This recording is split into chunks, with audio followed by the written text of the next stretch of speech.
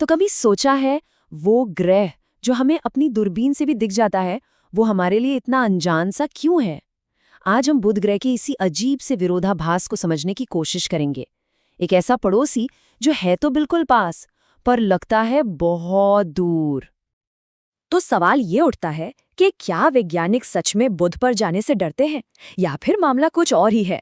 कोई ऐसी चुनौती है जो हमारी टेक्नोलॉजी की भी परीक्षा ले रही है? चलिए इस रहस्य से पर्दा उठाते हैं। अच्छा, जरा इन नंबर्स पर एक नजर डालिए। एक तरफ मंगल पर 30 और शुक्र पर 22 मिशन भेजे गए हैं। यहां तक कि प्लूटो जैसे दूरदराज ग्रह पर भी 3 मिशन पहुंच गए हैं। और वहीं दूसरी तरफ बुध, हमारे सौर मंडल का सबसे अंदरूनी ग्रह, उसे तो जैसे लगभग भुला ही दिया गया है। ये साफ दिखाता है कि बुध को समझना कोई बच्चों का खेल नहीं है।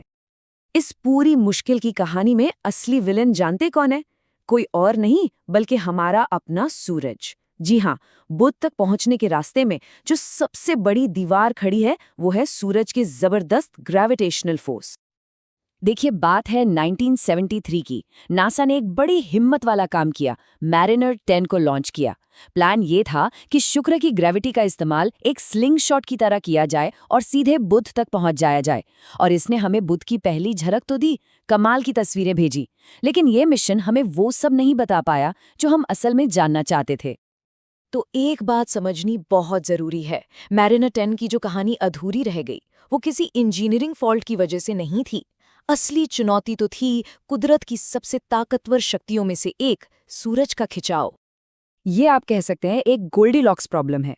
मतलब स्पीड न बहुत ज्यादा न बहुत कम, बिल्कुल परफेक्ट चाहिए। इसे ऐसे समझिए जैसे किसी तेज रफ्तार गाड़ी को एक तीखे मोड़ पर सही स्पीड बनाए रखनी हो। अगर स्पीड थोड़ी भी कम हुई तो स्पेसक्राफ्ट सीधा सूरज में जाकर गिर जाएगा, और अगर स्पीड ज्यादा हो गई तो वो बुध के पास से इतनी तेजी से गुजरेगा कि कोई जरूरी डेटा ही इकट्ठा नहीं कर पाएगा। मतलब दोनों तरफ मुश्किल। और अगर आपको लग रहा है कि चुनौतियां यहीं खत्म हो गईं, तो जी नहीं, बुध का एक और बड़ा अजीब सा राज है। इसे कहते हैं 3:2 स्पिन ऑर्बिट रेजोनेंस। अब ये सुनने में थोड़ा मुश्किल लग सकता है, पर सीधे शब्दों में इसका मतलब है कि बुध जितने समय में सूरज के 2 चक्कर लगाता है, उतने में वो अपनी धुरी पर 3 बार घूम जाता है। ये अजीब सा डांस मिशन प्लान करने वालों के लिए एक और सिरदर्द है। तो अब जब हम ये जान गए हैं कि बुध तक पहुंचना कितना ज्यादा मुश्किल है, तो एक सवाल तो बनता है, आखिर इतनी मेहनत करें ही क्यों? तो चलिए अब जरा बुध के उन रहस्यों की दुनिया में गोता लगाते हैं जो साइंटिस्ट को अपनी तरफ खींचते हैं। इस नंबर पर गौर कीजिए, 176। पता है ये क्या है? बुध पर एक दिन की लंबाई, हमारे यानी पृथ्वी के दिनों के हिसाब से। जरा सोचकर देखिए, एक ऐसी दुनिया जहां सूरज को उगने और फिर डूबने में हमारे लगभग 6 महीने लग जाते हैं। कमाल है ना? और कहानी में एक और ट्विस्ट है। बुध का एक साल सिर्फ 88 पृथ्वी दिनों का होता है। हाँ, आपने सही सुना। इसका मतलब क्या हुआ? इसका मतलब ये हुआ कि बुध पर एक दिन उसके एक साल से भी 2 गुना लंबा होता है। ये तो हमारे समय के सारे हिसाब किताब को ही उलट देता है। बुध की यही सब अजीब बातें उसे आइंस्टाइन की मशहूर जनरल थ्योरी ऑफ रिलेटिविटी को टेस्ट करने के लिए एक परफेक्ट लैब बना देती हैं।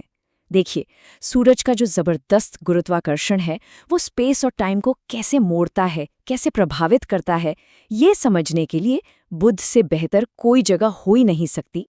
और फिर आता है एक और बड़ा रहस्य, इसके मैग्नेटिक फील्ड का। जरा ये देखिए, बुध का लगभग 85% हिस्सा उसके लोहे के कोर से बना है, और इसकी तुलना में हमारी पृथ्वी का कोर सिर्फ 20% है। तो ये एक बहुत बड़ा सवाल खड़ा करता है। अगर इसका कोर इतना इतना विशाल है, तो फिर इसका मैग्नेटिक फील्ड इतना कमजोर क्यों है? ये एक ऐसी पहेली है जिससे अगर हम सुलझा लें तो शायद हम ये समझ पाएंगे कि ग्रहों का सुरक्षा कवच यानी उनका मैग्नेटिक फील्ड आखिर बनता कैसे है। तो अब आते हैं हमारी इस कहानी के आज के हीरो पर, एक ऐसा मिशन जिसे खास तौर पर इन्हीं सब सवालों के जवाब ढूंढने के लिए डिजाइन किया गया है। मिलिए बेपी कोलंबो से। 2018 में लॉन्च हुआ ये मिशन दरअसल दशकों की लर्निंग और एक्सपीरियंस का नतीजा है, और इसका एक ही मकसद है, बुध की इन सारी पहेलियों को हमेशा के लिए सुलझा देना। और इसके मकसद भी बिल्कुल वही हैं जिन रहस्यों की हम अभी बात कर रहे थे। बुध के अजीबोगरीब वायुमंडल को समझना, उसके रहस्यमयी मैग्नेटिक फील्ड की गुत्थी सुलझाना और हाँ, आइंस्टाइन की जनरल रिलेटिविटी को पहले से कहीं ज्यादा सटीकता के साथ परखना। ये बात बिल्कुल सही है कि फिजिक्स के नियम एक बड़ी चुनौती तो है, पर साथ ही एक मजेदार पहेली भी है। और बीपी कोलंबो इस केस पर हमारा सबसे बेस्ट जासूस है, एक हाई टेक डिटेक्टिव जिसे एक बहुत ही पुराने मामले को सुलझाने के लिए भेजा गया है।